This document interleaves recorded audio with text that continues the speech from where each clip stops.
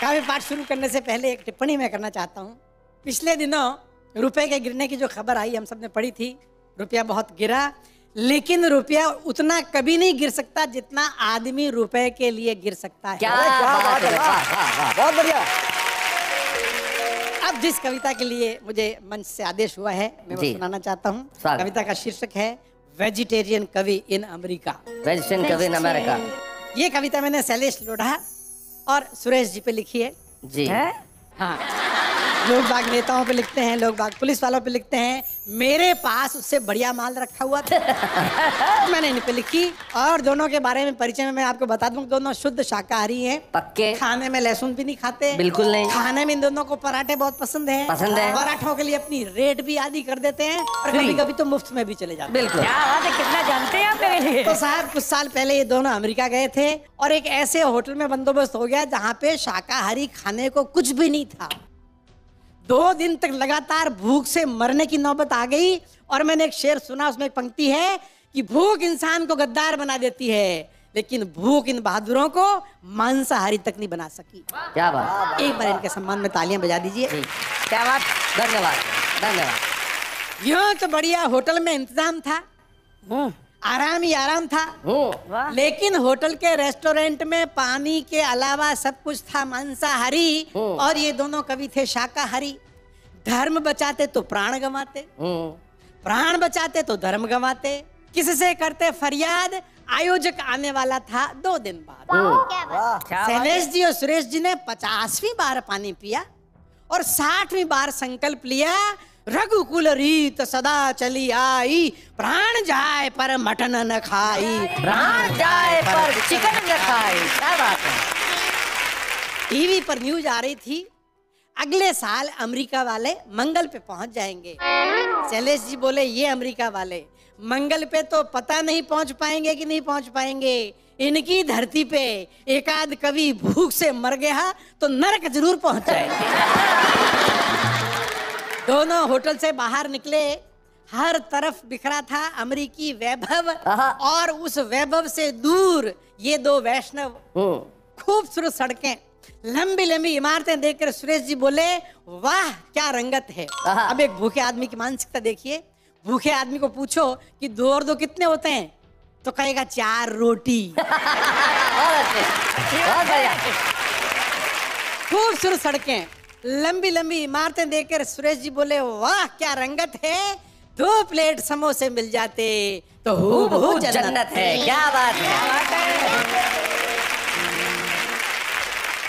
शैलेश जी बोले मुझको मालूम है जन्नत की हकीकत, लेकिन खाना खाए बिन वैसे ही बुरी हालत थी। इस बुरी हालत में समोसे याद दिलाने की क्या जरूरत थी। आज साहब सिचुएशन बदलती है।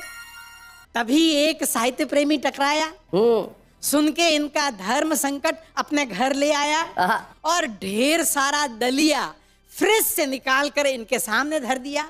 बोला हाल फिलहाल तो यही तैयार है अगर आपको स्वीकार है। दोनों बोले स्वीकार है स्वीकार है। अरे दलिया तो अमृत है, अच्छा ऋषियों का आहार है।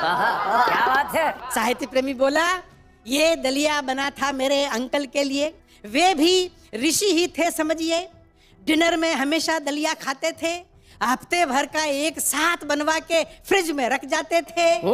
अभी एक दिन ही खाया था कि दुनिया से मुंह मोड़ गए, हमारे लिए दुख और आपके लिए दलिया छोड़ गए। हमारे लिए दुख और आपके लिए दलिया छोड़ गए। दलिया छोड़ गए। बना था। सुरेश जी बोले ये हुआ ना ऋषियों वाला काम, उनकी आत्मा को शांति दे श्री राम।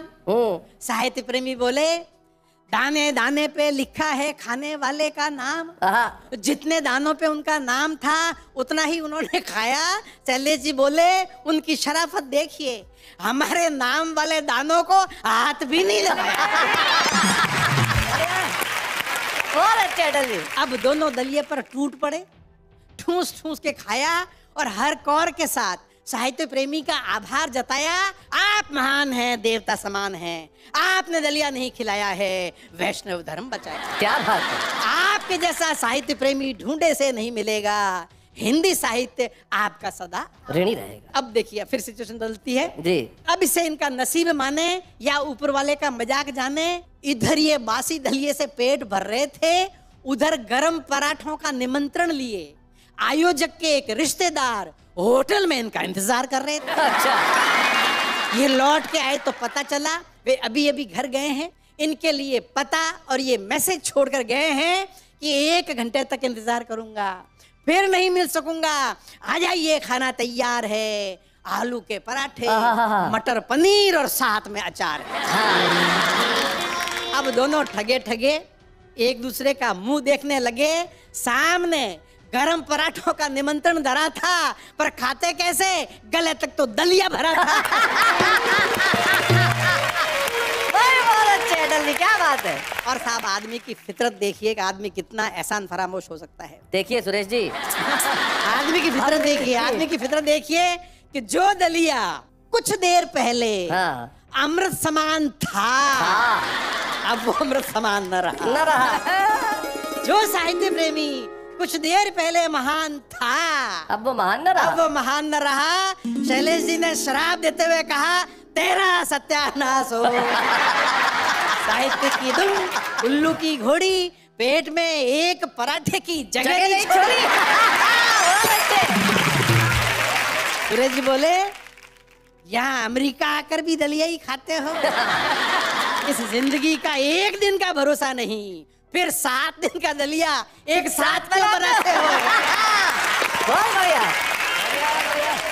दाने दाने पे लिखा है खाने वाले का नाम। पूरे अमेरिका में उस बासी दलिये पर हम दोनों को लिखा था ना। कर गए ना दुश्मन वाला काम। इनके चेहरों पे उभर आया दर्द देखकर होटल का मैनेजर बोला, can I help you sir. Shailesh ji बोले, चिढ़ते चिढ़ते, तुम तो क्या, तुम्हारे राष्ट्रपति भी इसमें हेल्प नहीं कर सकते। बहुत अच्छे। मैनेजर की कल्पना से परे था इनका दुख, इनका अवसाद। विदेशी क्या जाने भारतीय भोजन का स्वाद।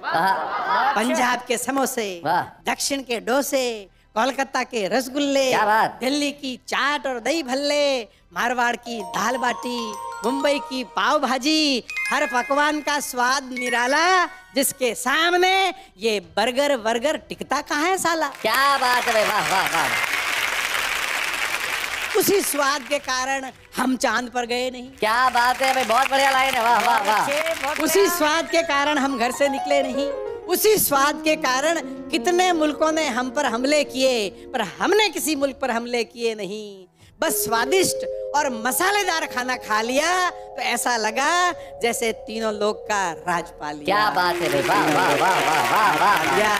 बहुत बहुत धन्यवाद।